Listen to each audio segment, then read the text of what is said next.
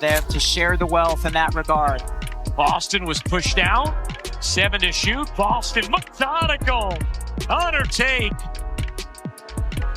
After they had fallen behind by 6 in the quarter, then Sydney Colson, as Aliyah Boston has an extended conversation with the officials, and then is gonna get over to Angel Gray. Angel? Aliyah Boston walked off the court with visible frustration. Kelsey Mitchell had just delivered 24 points while directing the offense from an unnatural position, and the Fever had rallied back from a 17-point deficit despite missing Caitlin Clark, Sydney Colson, and Aari McDonald. Even with those absences, they still had the game within reach, but on the final possession, it slipped away. A rushed shot, no timeout, and late whistles that drew post-game criticism from the coach left Indiana stunned. Afterward, Aliyah's brief comments cut to the core of why the loss stung so much. To understand the depth of her reaction, it's important to see how they ended up here. Share your thoughts on this tough defeat down below. A 7-2-0 Indiana run cut the margin to just 2, followed by a foul. Deckers earned the whistle this time, though some thought it could have been an offensive foul. Howard finished the next play, and Indiana briefly debated challenging the call before choosing not to. Deckers then broke free again. The question became clear. How can a team effectively run an offense when its entire point guard rotation disappears overnight? For the Fever, this wasn't hypothetical, it was reality.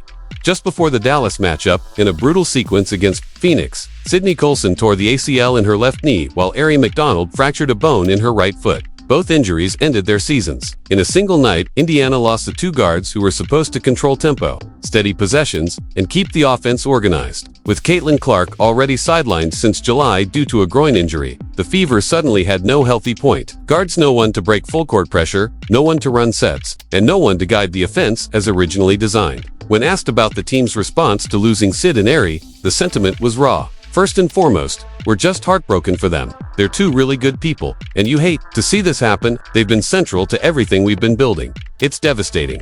But this is part of the game, and we have to roll with it. We still have players in that locker room who believe in each other, competitors who won't back down, and plenty of versatility that now has to be on display.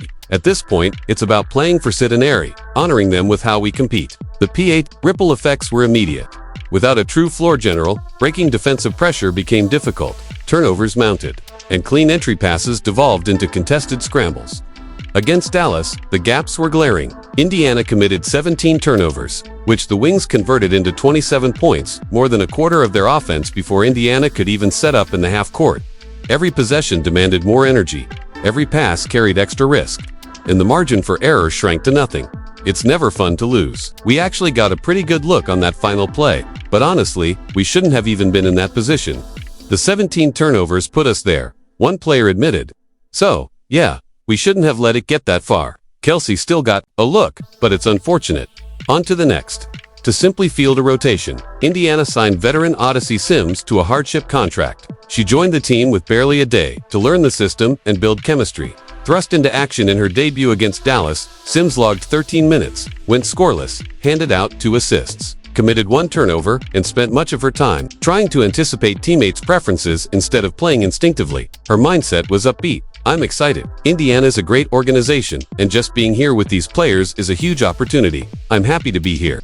Asked about adjusting quickly, Sims responded, "This isn't my first time stepping into a new team. The key is to just be myself, play defense, play hard, and do whatever's needed. Obviously, prayers up for Sid and Aari. Love them both, but I'm here to help, to do what coach asks, have fun, and enjoy being with my teammates." That left the Fever with essentially one option to handle the ball on every possession: move Kelsey Mitchell out of her natural scoring lane and into the lead guard role. The coaching staff had no choice but to lean on her immediately. She was suddenly responsible for every inbound, every set, and withstanding constant defensive pressure, all while still carrying the scoring load.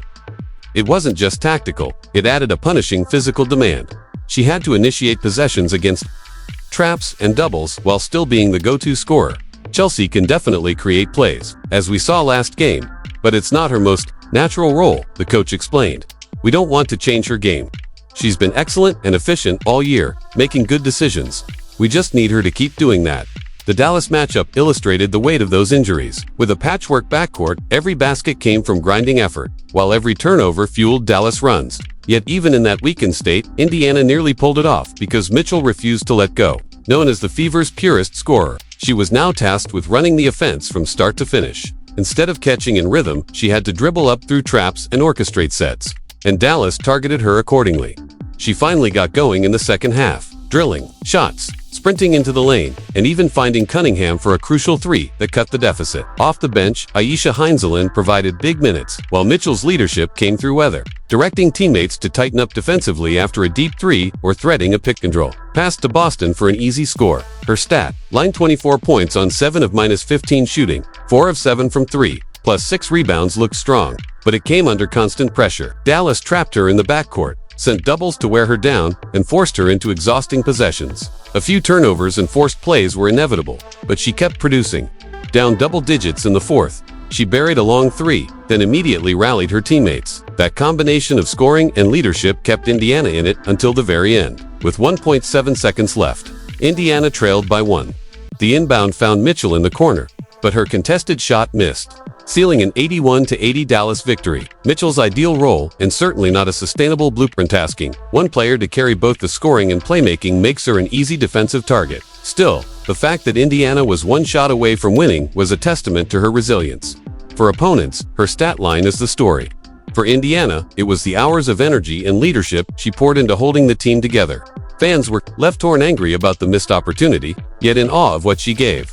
The coach later reflected, "I wanted us to push in transition on that last play. Once we slowed down and dribbled sideways, I probably should have called timeout around the 3-second mark instead of waiting. I thought Kelsey might have had a baseline drive, but she came back middle instead. I didn't like that sequence, but the idea was to keep attacking." Mitchell may have shouldered the heaviest load, but she wasn't alone. Several role players elevated their games and gave Indiana life. Sophie Cunningham poured in 14 points on 5 of 10 shooting, including 2 triples that energized the crowd. She added hustle plays, dove for loose balls, and brought her trademark fire. Though she later apologized for a heated exchange with officials, she stood by her point, and her edge fueled the comeback. Chloe Bebe provided perhaps the most efficient minutes of the night, 11 points in just 12 minutes, hitting all 3 of her attempts from deep. One triple stopped a Dallas surge in the fourth that threatened to put the game away, forcing a Wings timeout and buying Indiana crucial rest during their run. Inside, Natasha Howard anchored the defense with a 12-point, 12-rebound double-double, plus 3 blocks. She erased would-be layups, limited second-chance points, and made Dallas work for every paint touch. Aliyah Boston fought through constant contact to score 14 points, giving Indiana reliable post touches when perimeter shots weren't falling. Her effort kept the Wings from pulling away earlier and provided balance in the offense. From Cunningham's grit to Bibby's instant shooting to Howard's rim protection and Boston's post presence, Indiana found production across the roster. But ultimately, the night underscored how much weight fell on Kelsey, Mitchell's shoulders, and how narrow the Fever's margin for error has become without their point guards.